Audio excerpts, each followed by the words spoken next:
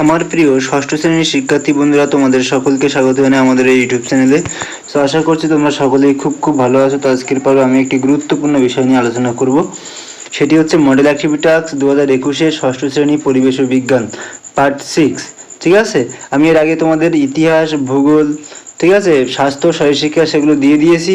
তোমরা যদি না দেখে থাকো তাহলে উপরে আই বাটন থেকে অবশ্যই দেখে নেবে, বা ভিডিওর এন্ড স্ক্রিন থেকে দেখে নেবে, বা ডেসক্রিপশন বক্সে সম্পূর্ণ ভিডিওর আমি প্লেলিস্ট লিঙ্ক দিয়ে দিচ্ছি, তোমরা সেগুলো থেকে দেখে নেবে। ঠিক আছে, তো দেখো এখানে পার্ট 6-এর থার্ড সিরিজ, যেটা কিনা সেপ্টেম্বর মাসে দেওয়া হয়েছে, তো সেইগুলো আজকে আমরা সলভ করব। তো ভিডিওর মূল পর্বে যাওয়ার পূর্বে আমি আমার সমস্ত শিক্ষার্থী বন্ধুদের কাছে একবার রিকোয়েস্ট করব, যারা এই চ্যানেলে নতুন আছো প্লিজ তোমরা চ্যানেলটিকে সাবস্ক্রাইব করে দিও এবং পাশে থাকা বেল আইকনকে ক্লিক করে অল নোটিফিকেশন অন করে দিও, যাতে আমি ভিডিও আপলোড করলেই সবার আগে কিন্তু তোমাদের কাছে পৌঁছে যায়। ঠিক আছে, তো চলো এবার আমরা ভিডিওর একের পর এক সমস্ত কোশ্চেন সলভ করব। তো দেখো এখানে কি বলা হচ্ছে, সঠিক উত্তরটি নির্বাচন করা, অর্থাৎ এমসিকিউ টাইপ কোশ্চেন, তিনখানা কোশ্চেন আছে 3 মার্কের। ঠিক আছে, একের একে বলা হচ্ছে যেটি আগ্নেয় শিলা তা হলো কি। তোমাদের এখানে অপশন দেওয়া আছে ক নম্বরে চুনাপাথর, খ নম্বরে বেলে পাথর, গ নম্বরে মার্বেল পাথর আর ঘ নম্বরে গ্রানাইট।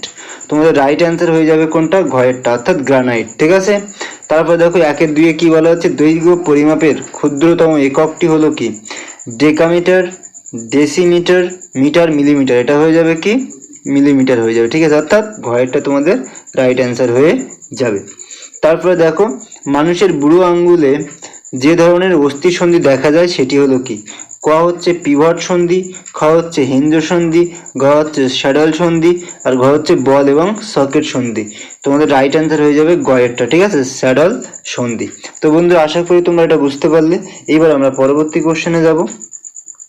দুই দাগে কি বলা হচ্ছে, ঠিক বাক্যের পাশে টিক আর ভুল বাক্যের পাশে ক্রস চিহ্ন দাও। ঠিক আছে, তো দুইয়ের একে কি বলা হচ্ছে, কোনো স্প্রিংকে চাপ দিয়ে, স্প্রিংয়ে হবে চাপ দিয়ে সংকুচিত করা হলে তার মধ্যে গতি সঞ্চারিত হয় না, এটা কিন্তু ভুল। ঠিক আছে, তোমরা এর পাশে এরকম ক্রস চিহ্ন দেবে। তারপর দেখো কোনো তরলের প্রবাহিত হওয়ার বেগ বাড়লে সেই তরলের মধ্যে চাপ বাড়ে, এটাও কিন্তু ভুল হয়ে যাবে। ঠিক আছে, তারপর দেখো লিগামেন্ট পেশির সঙ্গে হাড়কে যুক্ত করে, এটাও কিন্তু তোমাদের ভুল অ্যান্সার। তো আশা করি তোমরা তিনটে বুঝতে পারলে। ঠিক আছে, এবারে বন্ধুরা আমরা 3 দাগে চলে যাব। 3 দাগে দেখো কি বলা হচ্ছে, একটি বা দুটি বাক্যে উত্তর দাও। 3-এর একে বলা হচ্ছে ভোঁতা ছুরিতে সবজি কাটা শক্ত। তারপর ড্যাশ দিয়ে লেখা আছে চাপের ধারণা প্রয়োগ করে কারণ ব্যাখ্যা করো। এখানে দেখো 2x2, অর্থাৎ প্রত্যেকটা কোশ্চেনের মান কিন্তু 2। ঠিক আছে, অর্থাৎ এটাও 2 মার্কের, এটাও 2 মার্কের। তো আশা করি তোমাদেরকে বোঝাতে পারলাম। চলো এবার আমরা একের পর এক কোশ্চেনগুলো দেখে নিচ্ছি, তারপরে আমরা উত্তরগুলো দেখে নেব।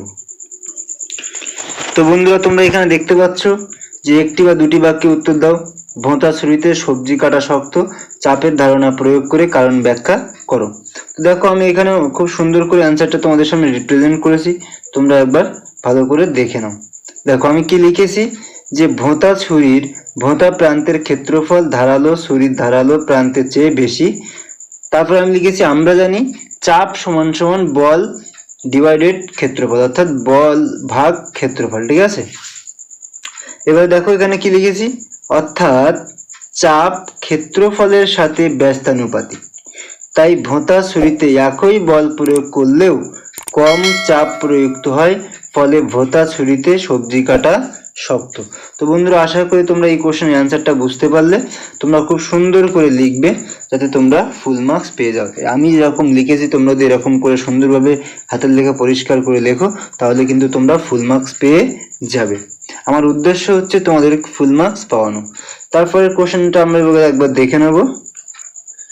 তারপরের কোশ্চেন দেখো 3.2 কি বলা হচ্ছে, মানব দেহে কিভাবে ফুসফুস থেকে বিশুদ্ধ রক্ত বাম নিলয়ে পৌঁছায়। ঠিক আছে, তো এই কোশ্চেনের অ্যান্সার আমরা এবার দেখে নেব। তো বন্ধুরা তোমরা যেমনটা একটু আগে দেখলে কোশ্চেনটা, ঠিক আছে, আমি উত্তরে কি লিখেছি একবার দেখে নাও। বাম অলিন্দ ও ডান অলিন্দ রক্ত দ্বারা পূর্ণ হলে সংকুচিত হতে শুরু করে, তখন বাম নিলয় ও ডান নিলয় প্রসারিত হতে শুরু করে, তখন ডান অলিন্দের রক্ত ত্রিপত্র কপাটিকার ট্রাইকাসপিড ভালভের মধ্য দিয়ে ডান নিলয়ে এবং বাম অলিন্দের রক্ত দ্বিপত্র কপাটিকার মধ্য দিয়ে বাম নিলয়ে পৌঁছই। ঠিক আছে, তো বন্ধুরা তোমরা এইটুকু লিখবে, তাহলে কিন্তু তোমরা ফুল মার্কস পেয়ে যাবে। এবার আমরা পরবর্তী যে কোশ্চেনগুলো আছে সেগুলোকে একবার দেখে নেব। তো বন্ধুরা দেখো এখানে 4 দাগে কি বলা হচ্ছে, 4 দাগে বলা হচ্ছে 3-4টি বাক্যে উত্তর দাও, যেগুলো কিনা দুটো প্রশ্ন আছে তোমাদের এখানে, আর 3 দুগুণ 6, অর্থাৎ প্রত্যেকটি প্রশ্নের মান কিন্তু 3। তো দেখো 4-এর 1-এ বলা হচ্ছে সমস্ত জীবাশ্ম জ্বালানির মূলেই আছে সূর্যের শক্তি, ব্যাখ্যা করো।